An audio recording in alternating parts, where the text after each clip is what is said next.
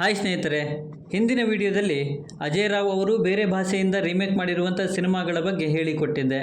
So ಈ ವಿಡಿಯೋದಲ್ಲಿ ದುನಿಯಾ ವಿಜಯ್ ಅವರು ಬೇರೆ ಭಾಷೆಯಿಂದ ಕನ್ನಡಕ್ಕೆ ಯಾವೆಲ್ಲ ಸಿನಿಮಾಗಳನ್ನು ರೀಮೇಕ್ ಮಾಡಿದ್ದಾರೆ ಮತ್ತು ಆ ಸಿನಿಮಾಗಳಲ್ಲಿ ಫ್ಲಾಪ್ ಆದ ಸಿನಿಮಾಗಳು, ಹಿಟ್ಟಾದ ಸಿನಿಮಾಗಳು ಯಾವ್ಯಾವು ಅನ್ನೋದನ್ನು ತಿಳಿಸಿಕೊಡ್ತೀನಿ.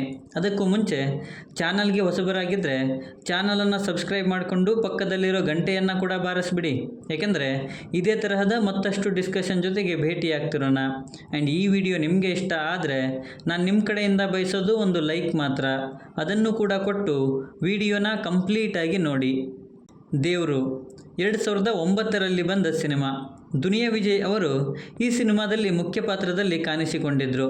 ಇದು 1991ರಲ್ಲಿ ಬಂದಿದ್ದ ಅಭಿಮನ್ಯು ಅನ್ನೋ ಮಲಯಾಳಂ ಸಿನಿಮಾದ ಅಫಿಷಿಯಲ್ ರೀಮೇಕ್ ಸಿನಿಮಾ. ಸಿನಿಮಾದ ರಿಸಲ್ಟ್ ಫ್ಲಾಪ್. ಕಂಠೀರವ 2011ರಲ್ಲಿ ಬಂದ ಸಿನಿಮಾ. ದುನಿಯಾ ವಿಜಯ್ ಅವರು ಈ ಸಿನಿಮಾದಲ್ಲಿ ಮುಖ್ಯ ಪಾತ್ರದಲ್ಲಿ ಕಾಣಿಸಿಕೊಂಡಿದ್ದರು.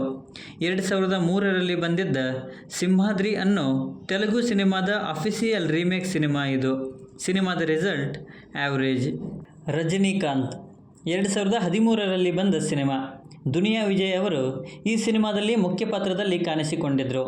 2004ರಲ್ಲಿ ಬಂದಿದ್ದ ಮೈ ಬ್ರದರ್ ಅನ್ನೋ ಕೊರಿಯನ್ ಸಿನಿಮಾದ ಅಫಿಷಿಯಲ್ ರೀಮೇಕ್ ಸಿನಿಮಾ ಇದು. ಬಟ್ ಸಿನಿಮಾದ ರಿಸಲ್ಟ್ ಡಿಸಾಸ್ಟರ್. ಜಾಕ್ಸನ್ 2015ರಲ್ಲಿ ಬಂದ ಸಿನಿಮಾ. ದುನಿಯಾ ವಿಜಯ್ ಅವರು ಈ ಸಿನಿಮಾದಲ್ಲಿ ಮುಖ್ಯ ಪಾತ್ರದಲ್ಲಿ ಕಾಣಿಸಿಕೊಂಡಿದ್ದರು. ಇದು 2013ರಲ್ಲಿ ಬಂದಿದ್ದ ಇದರ್ಕುತಾನೆ ಆಸೈ ಪಟ್ಟೈ ಬಾಲಕುಮಾರ ಅನ್ನೋ ತಮಿಳು ಸಿನಿಮಾದ ಅನ್ಅಫಿಷಿಯಲ್ ರೀಮೇಕ್ ಸಿನಿಮಾ. ಬಟ್ ಸಿನಿಮಾದ ರಿಸಲ್ಟ್ ಹಿಟ್. ಕನಕ 2018ರಲ್ಲಿ ಬಂದ ಸಿನಿಮಾ. ದುನಿಯಾ ವಿಜಯ್ ಅವರು ಈ ಸಿನಿಮಾದಲ್ಲಿ ಮುಖ್ಯ ಪಾತ್ರದಲ್ಲಿ ಕಾಣಿಸಿಕೊಂಡಿದ್ದರು. ಇದು 2006ರಲ್ಲಿ ಬಂದಿದ್ದ ವೆಯಿಲ್ ಅನ್ನೋ ತಮಿಳು ಸಿನಿಮಾದ ಅಫಿಷಿಯಲ್ ರೀಮೇಕ್ ಸಿನಿಮಾ. ಬಟ್ ಸಿನಿಮಾದ ರಿಸಲ್ಟ್ ಆ್ಯಾವ್ರೇಜ್. ಸೊ ಇವಿಷ್ಟು ದುನಿಯಾ ವಿಜಯ್ ಅವರು ಕನ್ನಡಕ್ಕೆ ಬೇರೆ ಭಾಷೆಯಿಂದ ರೀಮೇಕ್ ಮಾಡಿರುವಂಥ ಸಿನಿಮಾಗಳು. ಸೊ ಟೋಟಲ್ಲಾಗಿ 5 ಸಿನಿಮಾಗಳನ್ನು ರೀಮೇಕ್ ಮಾಡಿದ್ದಾರೆ.